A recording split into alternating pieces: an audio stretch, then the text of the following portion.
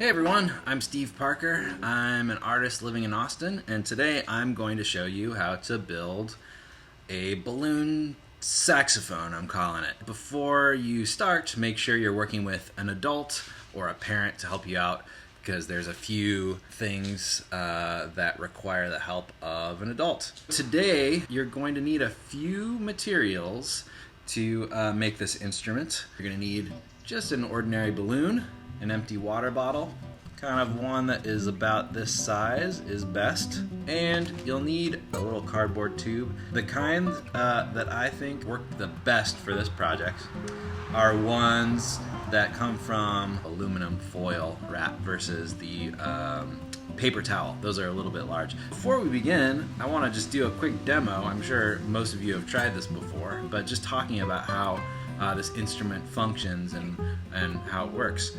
If you've watched the Making a Funnel Horn, we talked a little bit about how our lips are the source of vibration and sound and pitch for an instrument. Similarly, with this instrument, we're going to be creating an instrument that uses a pair of synthetic lips made from the balloon. Probably most of you have done before. We're going to blow up the balloon and sing with our balloon.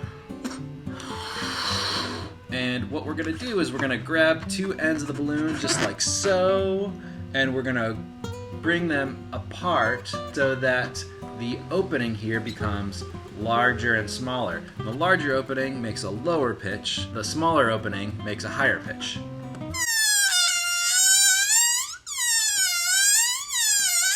And then if we make it really open, it makes a really low pitch.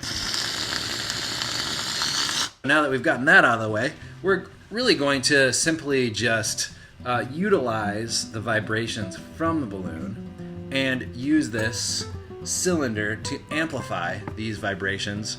And we're really just going to be using this as a way of hacking apart the balloon so that we can blow into the balloon and play it like an instrument versus having to blow up the balloon and then reattach it to the cylinder every single time. First step is we're just going to cut a small part of the balloon off here just to make a little hole. If you unfold it, you can see that there's not a very large hole. It'll be smaller than the hole on this side. Next, we're going to take our plastic bottle and we're just going to snip off the top here. This is going to function for us to blow air into. And then we're going to take this and wrap the rubber of the balloon around this end so that it forms a seal. All the air that we're blowing into the spout of this plastic bottle is going into the balloon itself. And then lastly, we're going to simply take the balloon here and put it over the cylinder. And what I find works best actually is to make the center of the balloon asymmetrical as you attach it to the cylinder so that you got this end of the balloon is kind of off to the side, and then you pull it this way, which allows you to get more vibration. I'm going to test it out. Hopefully it works.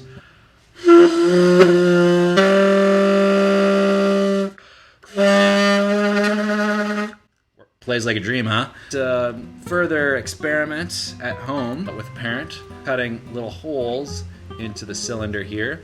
You can also experiment playing with it and actually changing the length of this to make it a lower pitched instrument. You can also add a little bit of vibrato by just quivering the balloon here. Another example of the instrument that I've made with just a simple PVC pipe, and I put a few different holes into this one. Works the same way.